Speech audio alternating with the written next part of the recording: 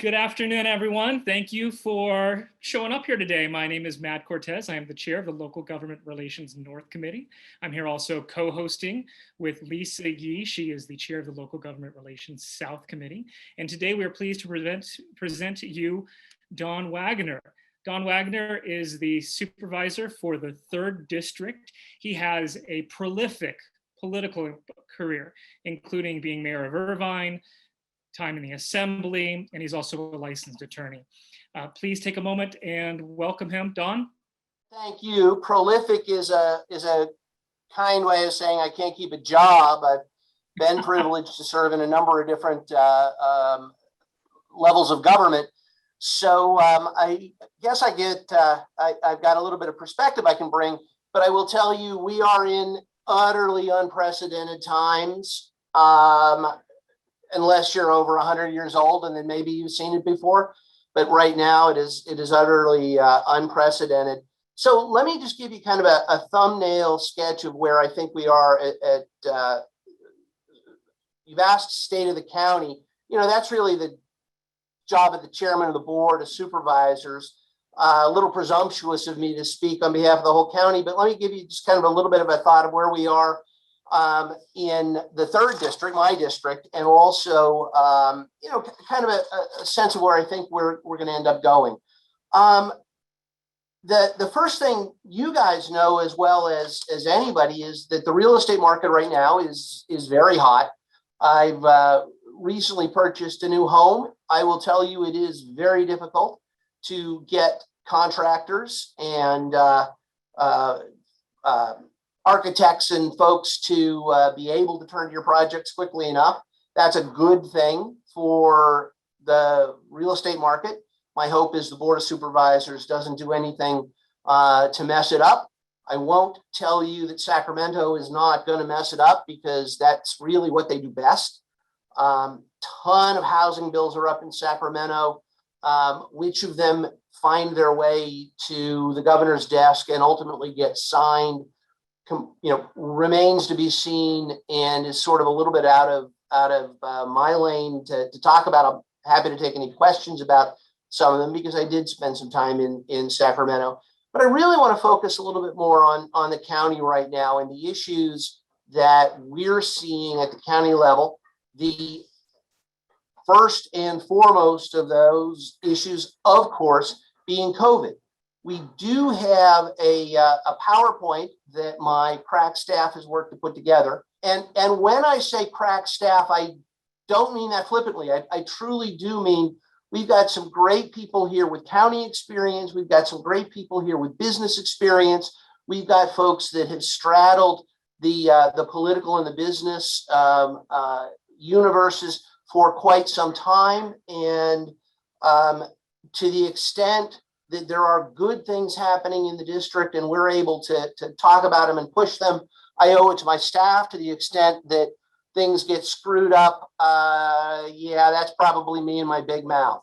So I want to tell you, I really do appreciate the hard work that my staff has done, including in putting together this PowerPoint that hits some of the highlights. Let's start with just COVID and the situation with respect to COVID right now.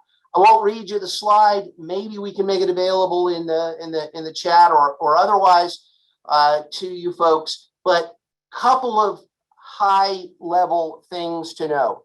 We have in the county spent millions and millions and millions on programs to help small businesses, help nonprofits, help fund meal programs that are helping in many cases our seniors who are taking COVID very seriously and staying locked indoors, helping the immunocompromised again to socially distance. I will talk a little bit later about that particular aspect of COVID, but we've donated. We have put over $125 million back into the community to help on the ground where it is needed most. We've backfilled some of the city programs that they've been doing to help their businesses, because of course their businesses are the county's businesses. We are spending an enormous amount of money through the CARES Act, which was the last round of funding, and the upcoming round of funding from the Biden administration to help folks through the worst effects of the pandemic. We got PPEs off to our hospitals. We've got dollars off to our hospitals so they can spend what they need to spend so that they are better prepared to deal with COVID. The numbers are truly staggering in terms of the relief that is coming from the federal government in terms of pandemic response, because the need is tremendous. The numbers are, just I'll give you a quick thumbnail. Under the CARES Act, which was the last round of funding, the county got $556 million. That's more than $500 million that we were able to use to backfill some of the programs that needed the help, that we were able to spend to help our disadvantaged communities, our homeless, folks that were most at risk from COVID. And we're going to get even more under the next round of funding, which is due, the first tranche due literally any day. It'll come to us in May. We're expecting to get about $617 million in the next round of funding. Unlike the last round of funding, the $556 million, the $617 million is county alone. The cities themselves are getting just a hair shy of $800 million. So all told, well over $1 billion will be flowing into Orange County over the course of the next several months to help offset the damage COVID has done. And it has been absolutely, absolutely enormous. We've spent money to alleviate the overcrowding in our shelters, for example. I'll talk a little bit later about some of the mental health dollars that we've been spending, but this is money that we are putting back into the community as best we possibly can, assisting our cities in putting back into the public the best they possibly can. And on the next slide, you will get a quick look at some of the results. Again, I don't want to read it, but the high level takeaways off of this slide are the following. Orange County is doing better than any of our surrounding counties in terms of our response to COVID. What do I mean by that? We have vaccinated more of our population than any of the surrounding counties. Our case rate is better than any of our surrounding counties. On the right, under the metrics, you'll see LA, currently 2.6 new cases per day per 100,000. San Diego, 4.1. Riverside, 2.7. San Bernardino, 2.5. And we are lower than any of them, 1.8 new COVID cases per day per 100,000, on top of the fact that percentage-wise, we are vaccinating more of our people than are any of those surrounding counties. That raises a question, which I've been asked by a number of folks, and I'll answer it here in case some of you are wondering. Why in the world is LA County in a better tier, to use the governor's colored tier scheme, versus Orange County? They are yellow. Los Angeles, they are allowed to open more than we are in Orange County. We are orange. Why is that if our rates are better than LA County, our vaccination is better than LA County? And the answer to that is in the testing that is being done for COVID. What does that mean? The governor does not, in determining what tier you go into, merely say, your case rate is this, they're like ours, 1.8 new cases per 100,000. They then fudge. To encourage testing, what they do is give you a multiplier, give you a benefit if you're testing more. I don't have a problem with encouraging testing. What I do have a bit of a problem with is that you then use that to punish or to not punish businesses that are out in your community, because testing is a function of success in other areas. If our genuine case rate is way down, folks don't feel the need to test as much.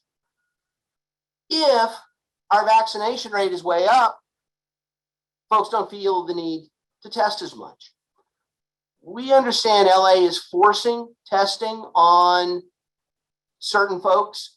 We're not doing that here in Orange County. These are genuine numbers.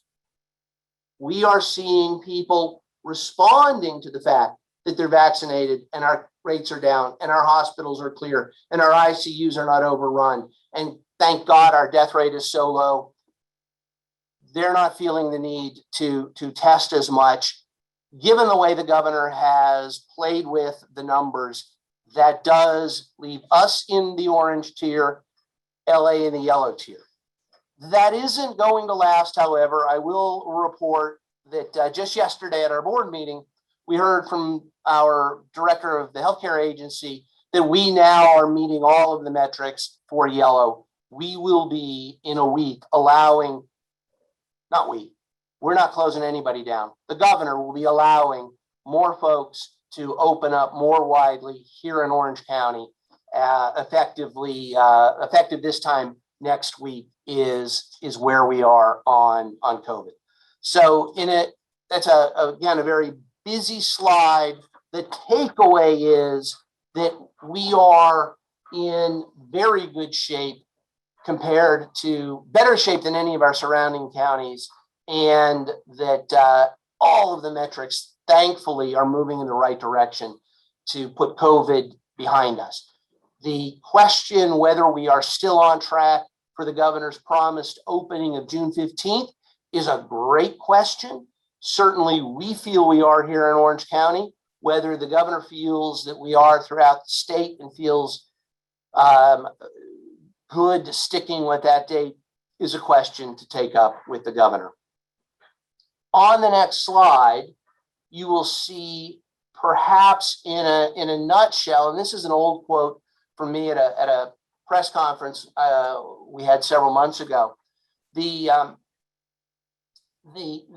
takeaway is, my sense would be that the right approach to COVID is not putting fingers on the scale like the governor does with his orange and yellow tiered approach. It is the more targeted approach that we used here in Orange County to get dollars where they need to be, for example, to our meal gap program, so that folks who were genuinely at risk were able successfully to shelter in place, still get fed, still get opportunities to get out and get their groceries and get to their medical providers and do the things they need to do while successfully minimizing their risks out in the community. And those who aren't at risk, allow them to get back to life as successfully as possible. It didn't mean without any restrictions. Orange County's got a bit of a reputation as an anti-mask community, and the numbers that I just read to you, I think, show quite convincingly that this community has been very, very good about taking the protections that and care that needs to be taken to protect folks from the ravages of the disease. But tell me why the demographic least susceptible to COVID, thankfully, our children, haven't been in school for over a year, almost a year and a half, when they are not anywhere close to getting and transmitting the disease, suffering from the disease, then the older demographics that we should protect. Tell me why in the world government should not be focusing its relief efforts on those most in need.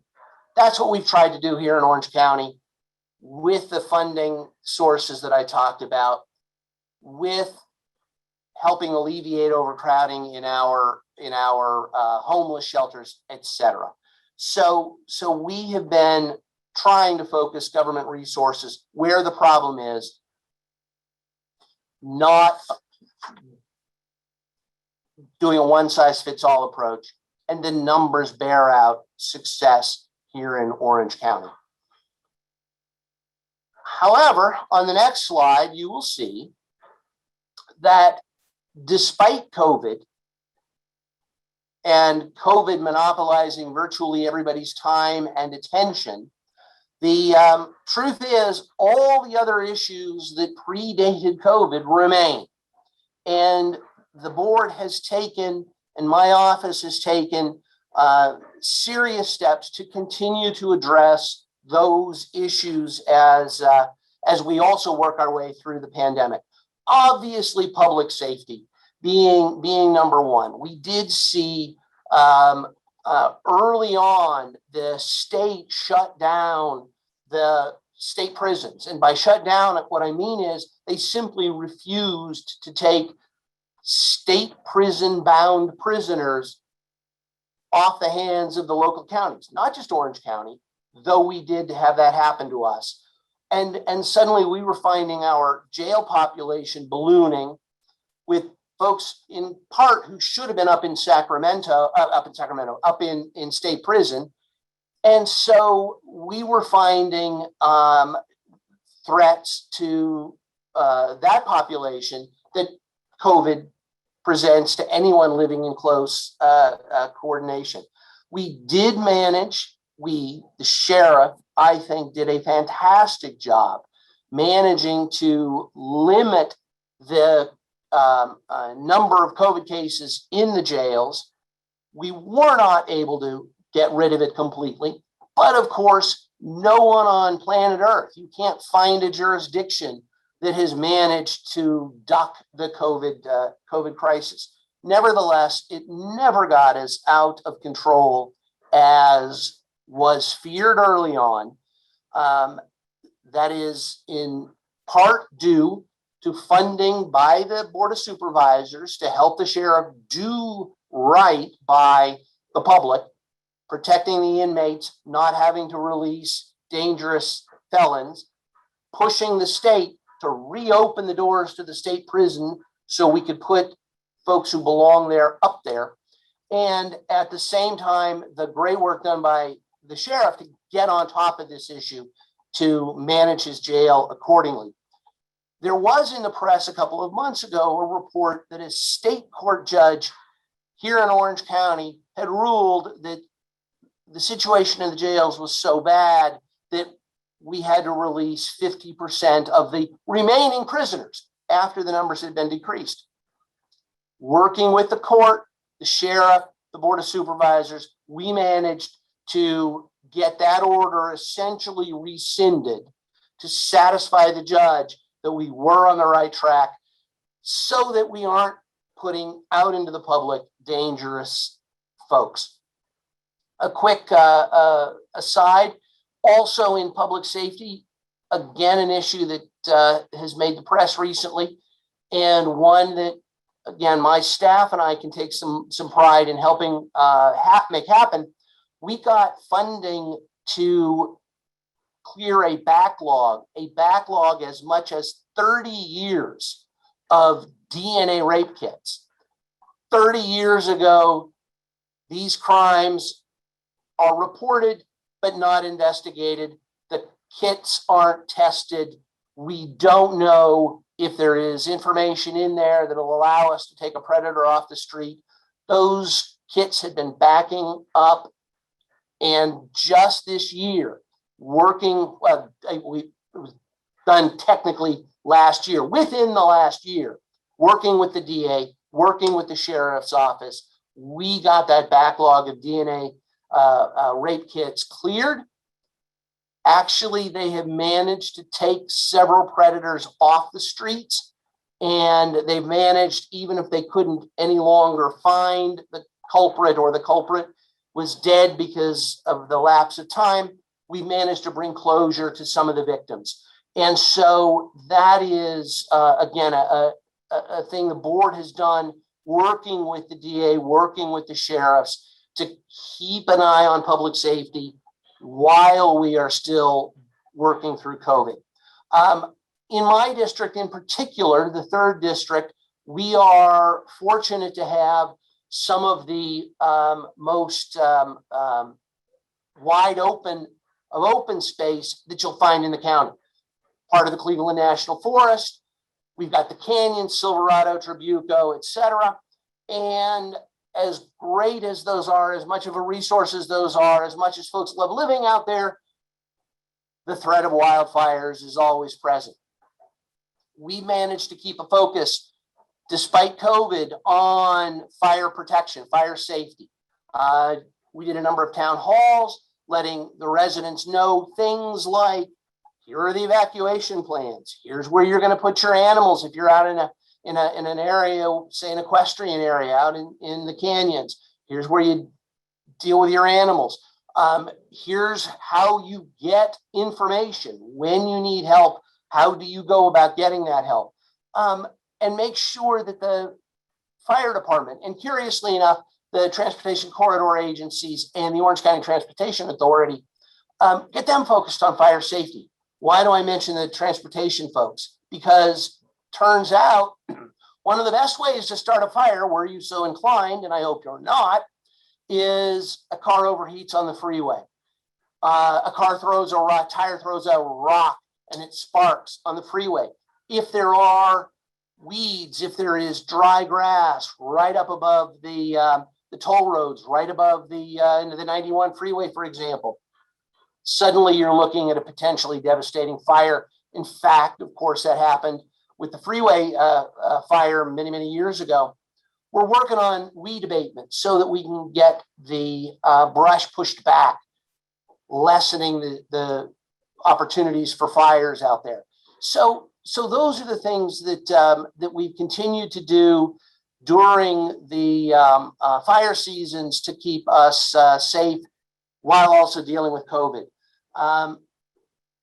Recently, because of the fires we saw out in the canyons, there was significant concern for wildland slides, rock slides, mud slides, etc.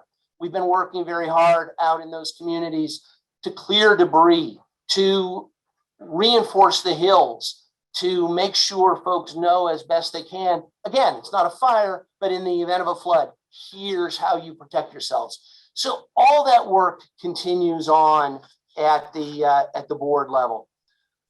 On the next slide, you will see again an issue that has been with us since before COVID. It will be with us after COVID, and during the course of the COVID pandemic, the board has been working very hard to alleviate this problem in our community, and it is, of course, the problem of mental health. The jails right now are the single biggest provider of mental health services in the county of Orange. That is a travesty. It is unfortunately a sign of efforts that have been made at the state level, frankly, also some at the federal level, to not prioritize treatment for mental health, instead allowing it to get to the point where there is crime associated with that mental health. And so a large number of the folks that are in the jails are suffering from mental illnesses, and we are trying to find a way to stop that. The Be Well model, that this picture, we were doing a ribbon cutting in front of the very first Be Well facility, is one of the efforts we are funding here in Orange County to try to change that narrative and get help to people early on. Be Well has a number of beds, a number of treatment facilities. This facility is the first one of its kind in in California. I won't say in the nation. In California, it is in my district. It is on Anita Drive over in Orange. And we have a second one that we're trying to bring online in the Great Park in Irvine, which also happens to be in my district. The idea behind Be Well is they've got enormous capacity to take folks who otherwise are heading off to jail to get booked in the intake center and stuck in a cell, but they don't need that sort of care. They need crisis intervention. They need counseling. They don't need to be in an emergency room with all the attendant costs. They can come to the Be Well Center. They can get triaged. They can get the kind of treatment they need, and they can have a fighting chance of being back out in society and functional, as opposed to in the criminal justice system. This is a model program that I am fortunate enough to say is in my district, but that collectively we are fortunate enough to say is right here in Orange County.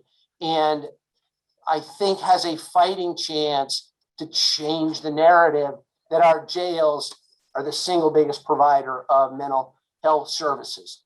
So those things are coming online. What the slide also talks about is some of the other efforts that we've made to get us back to normal, get some of our open space back open. This slide was written a couple of months ago when we had first just started allowing people back into the regional parks. And so obviously, if you're targeting COVID and where COVID is versus where it isn't out in the great outdoors. I said that back when the governor closed the beaches. The governor finally has said that in some of the materials that the California Department of Public Health is pointing out. Nevertheless, let's get our open spaces back open. We've been working on that. Next slide, if you would, another quote from me does talk to the fact that our budgets will be tight. Yes, there is a ton of money that I mentioned coming in from the federal government for COVID relief. We nevertheless are seeing significant demands on the budget, the county's budget. The cities are seeing it on the city's budgets. We are trying to prioritize to, as I say in here, we still must govern. We must protect the public. We must provide the social safety net. Those issues remain out there. I assure you, your board of supervisors and I remain committed to serving those needs that are out there while responding to the pandemic. And two last quick points. The next slide talks about an oldie but a goodie, reopening Irvine Lake. This was something that we actually did, as you can maybe tell from the photo there, before COVID hit. And so we are talking early 2020, actually, I guess it was middle of 2019, that we got Irvine Lake reopened. Why talk about something that is, frankly, at this point, old news? It's remained open ever since then. I hope you've got a chance to get out there. I've had numerous people talk to me about how they learned to fish out there from their father or grandfather. They want to take their daughter or granddaughter out there, teach them to fish, how great it is to get Irvine Lake back. Other than being an oldie but goodie, there's an important lesson that I want to talk about for just a second with the reopening of Irvine Lake. The way it happened was, I think, a model for how all of us in government, and frankly, all of us in the business community, be it the real estate community, be it whatever business that you might end up being in, be it whatever part of the community you're involved in. This is a way, despite our many, many differences, our very partisan and politicized environment, to work together. to get Irvine Lake reopened, there were 3 governments and one very, very large private entity, the Irvine Company. The governments were the county, the Serrano Water District, and the Irvine Ranch Water District.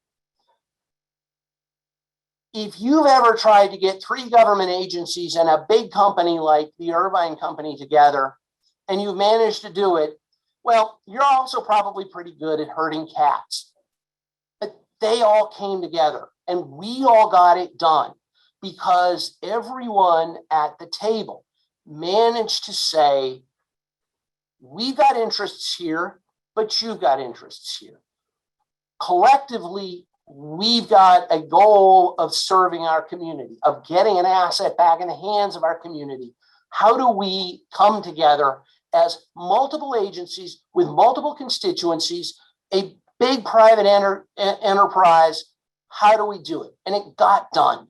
And that says to me that despite our politicized environment, and no, we don't have a COVID overlay, but it sure was still a very partisan, very political environment, we managed to get it done. And I've talked to all of my colleagues. In fact, when I got sworn in again for the start of my current term, mentioned this to all of my colleagues, and the response has been quite positive. We are all committed, and we ask all of you to be committed to working towards the common good, as opposed to what's best for your agency, what's best for your enterprise. All of those things are important, but balance is possible. The reopening of Irvine Lake shows how multiple entities can come together and can make that happen. I think I have one more slide on Irvine Lake. We had the Boy Scouts, we had the community, we had some big fish. We're still stocking the lake. Get out there and fish, but use it to be a model for all of us working cooperatively in the near future. One last thing to talk about as we come back to me, and I want to tell you, as we get closer to normal, I got a flyer here, and I didn't think to send it to you folks and put it in the PowerPoint, but on Friday, May 28th, from 6 until 8, we are doing a concert at Irvine Regional Park, a live concert. What is it? It's cheap. We're practically giving it away. $10 per space. And I think you can get 5 or 6 people in a space. We're doing it socially distanced, but we're trying to get people back out into the community, back out doing live music, doing some of the things that we all did before COVID and sadly have stopped doing for the last year and a half. So concert in the park, tickets are available. Contact my office. Who else do you contact? We'll put the flyer. We'll make the information available in the chat room. We did one of these about 6 months ago. It was a drive-in. It was extraordinarily well received. People are aching for this. This won't be a drive-in. This will actually be on the grass with spots available. So we're okay. Not out of COVID yet, but we're working very hard to get us back to normal. Anyway, thank you guys. I probably went on way too long. If anybody has any questions, happy to take them or otherwise hear what you have to say. Thank you so much, Supervisor John Wagner. Just quick question on if the presentation slides will be available after the meeting. Technologically, I'm going to have to rely on younger people to answer that, but I think we're going to try to make it available. Thank you so much. It's okay by me if they can figure it out. All right, we'll figure it out. We'll try our best to figure that out. We have a few questions that came in. I'm just going to read it as they are written.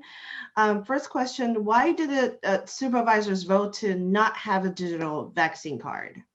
So the reason we voted to not have a digital vaccine card is because the overwhelming response we got from the public was one of concern. I'll be honest, I think some of those concerns were a bit overblown, but at the end of the day, there is a vaccine certification card available. It is one that is being used throughout the state. In fact, I think it's being used throughout the country. We were the only county doing something like this. And the thought was that if there is concern in the public, if there is a distrust of government, and there is, that the thing to do would be to keep the record that exists. If you want it on your phone, take a picture of it, put it on your phone. I've done that. I've got the card. I've got it on my phone. And let's see what the state does. The state isn't saying it's requiring these. Let's see how close we get to a significant vaccine throughout the state of California, at which point perhaps the need for it disappears. We just felt that the public was unclear what we were doing, distrustful of what we were doing, and there was no reason to be distrustful. The other last little nagging problem I had with it was this. I was hearing from people who otherwise were going to get vaccinated, but were afraid that suddenly they're in the government's database. Or no, but if you are afraid of that and you're not going to get vaccinated because of that, I don't want to stand in the way of your vaccination. So get vaccinated. We'll give you the card. We'll let the public learn what's being done. We'll let the state direct it rather than us be out of step with the rest of the state. Worried about the government having you in its database is no reason to not get vaccinated. So we have another question here. While children are less likely to suffer from COVID-19, how important is the transmission of COVID-19 from children into their communities? The answer is perhaps a little bit beyond my expertise. All I can do is tell you what I've heard from some of the experts. The first thing to know, though, is that in terms of children themselves getting and suffering from COVID, we've been at this since March of 2020. One child in Orange County, only one, has died of COVID. And that was a tragic case, no question. A 15-year-old girl with significant underlying compromising health conditions. Not a single child other than that one has died of COVID. So that's the good news. I do believe from the medical professionals that there is a risk that children can in fact transmit COVID. It is very, very small. It is certainly much smaller than it is the transmission from the 65 plus demographic, even the younger demographics down to the teenagers. But it's not a zero risk, which is why we came up with our equity efforts well before the governor and well before the state said that these were something everybody should do, because they are something everybody should do. He was just a little bit late to the party. We ended up making sure that we had what we call the Latino Health Access Program, focusing on some of our disadvantaged communities where, quite frankly, it is harder to keep the children away from the elderly and the most at risk, simply because of the tight living conditions. And so it's not non-existent that children can transmit the disease. I will tell you that we were trying very hard, the numbers bear out, successfully to stem that particular transmission. I will also tell you that the medical professionals will tell me that it is safe now to put our kids back in school. They will also tell you, and this is actually a study from the Journal of American Pediatrics, and it was back in October, so it's old. It said At the time, what is that? From March of 2020 to October of 2020, the roughly 7 months of lockdown had cost 5 million years of lost life, principally amongst our children, because of the lost education. Not that they were getting COVID and dying at an early age, lost education, lost future opportunities in the marketplace, and the poverty that is naturally associated with that. Not a government study, Journal of American Pediatrics, October of 2020, 5 million years. And we've been doing this now for another 6 months. How many more millions of lost years? Let's get our kids back to school and let's protect the people they live with so that they don't transmit the disease. What actions are being taken regarding vaccine hesitancy? Well, we are trying to encourage everybody to, in fact, either get the vaccine, or if you are concerned, talk to professionals. Go on the CDPH's web, California Department of Public Health's website. They've got something on there about the vaccine myths. Go on our own website. Learn the truth. There are people who should not take this vaccine. There are people who are allergic to vaccines. There are folks who are, for whatever reasons, incapable of getting the vaccine, who will suffer if they don't get it. Don't get it. But that's not most people. The health studies are very, very robust. The science is clear. And so we would encourage folks, if you are concerned, to take a look at those sources that you trust, or talk to your physician, call and find out if the vaccine is right for you. For most people, it is. And we are trying to, for example, with that digital record, we are trying to remove any hurdles that someone might have to getting the vaccine. It isn't right for everybody. Check it out for yourself, but it is right for most people. So now we're changing gear on housing. How can the county help with building additional housing? For example, any fast track building permits, assistance with fees, or all which increase the price of the new homes? You know, any type of thing that you can share with us? Yeah, the answer is probably not going to be one that you're necessarily going to like, because I'm going to say there's not much the county can do. The reason I'm going to say, though, there's not much the county can do is because a lot of Orange County is wrapped up in cities. There is very little unincorporated areas that we actually control. I have been pushing for streamlined and one building permit, for example, rather than each city, each jurisdiction have its own. I've been doing that through SCAG, the Southern California Association of Governments, which has most of the Southern California region as representatives on SCAG. We're trying to just streamline some of the permitting processes. But what I would say, Lisa, to you in answer to that question, or to the folks on this call who asked the question, sadly, most of those decisions are made by the cities, and relief has to come at the individual city level, just because Orange County is down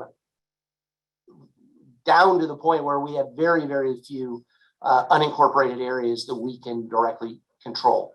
I will say that the RHNA numbers, the Regional Housing Needs Assessment, came out recently. I know a lot of Orange County had problems with those numbers, quite frankly, for good reason.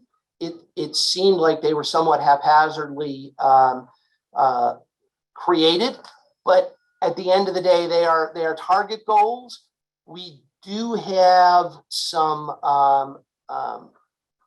for lack of a better word, NIMBY folks that are pushing against any building. I prefer you've heard the YIMBY, yes, in my backyard. I think the I should stand for improve my backyard. And how we go about doing that is the $64 million or more question. I will say that I don't consider NIMBY to necessarily be a pejorative like it's often used, because those are residents who want the best for their communities. And if you can show them that the best thing for your community is to improve it, they will be receptive. If you're not improving it, you're just densifying it and creating more traffic problems, they will not be supportive, and their views do deserve some respect. So I don't consider NIMBYs to be a pejorative. I consider them to be citizens who have a right to have their views expressed. But at the end of the day, we need to improve our backyards. And so now we're switching to questions on funding.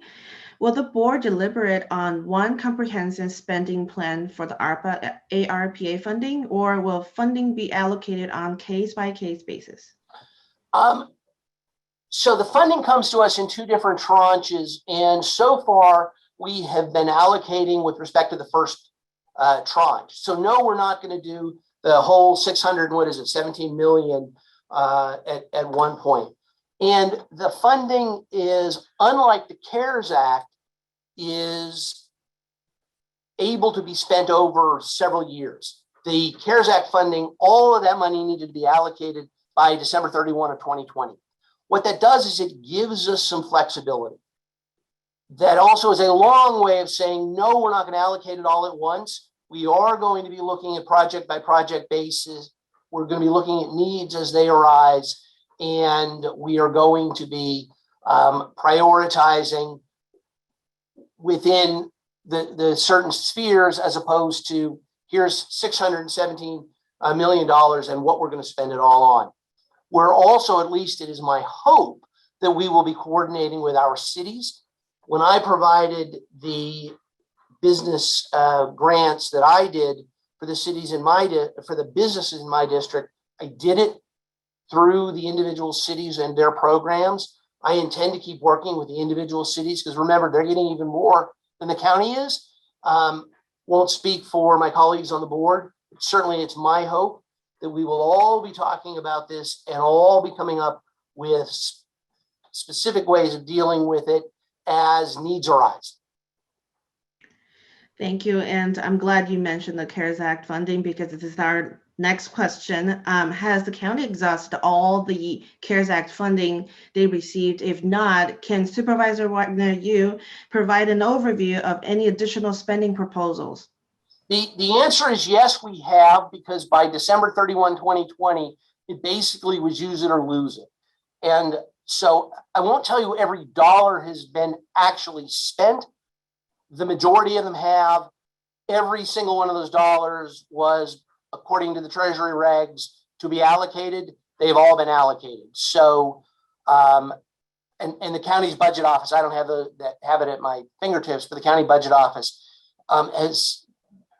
can tell you where it all went. I mean, I know we did, for example, 15 million to our cities, for example, for their business grants. So all of the CARES Act money has been spoken for, and the current round, we don't even have the dollars in hand yet. So no, not all of that has been allocated.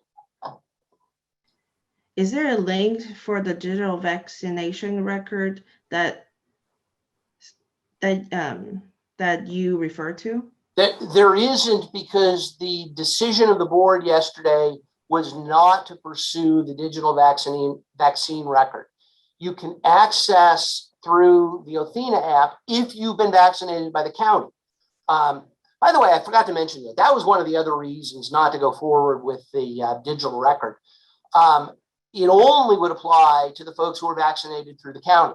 And that is not the majority of people who've been vaccinated. If you've been vaccinated by somebody else, Hogue, CVS, Walgreens, whomever, your individual provider, they've got the records. You've got to go through them.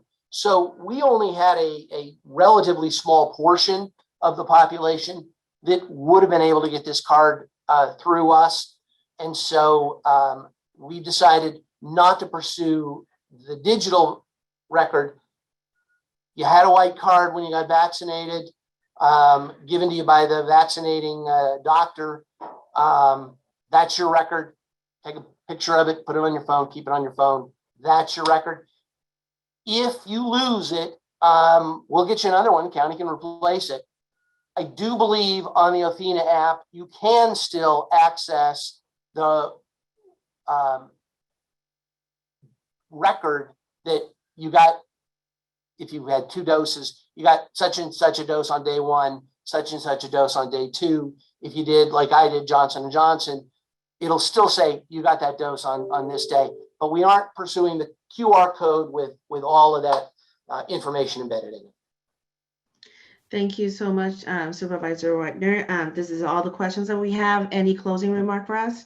Thank you for the opportunity and your patience, and we'll try to make the PowerPoint available to you.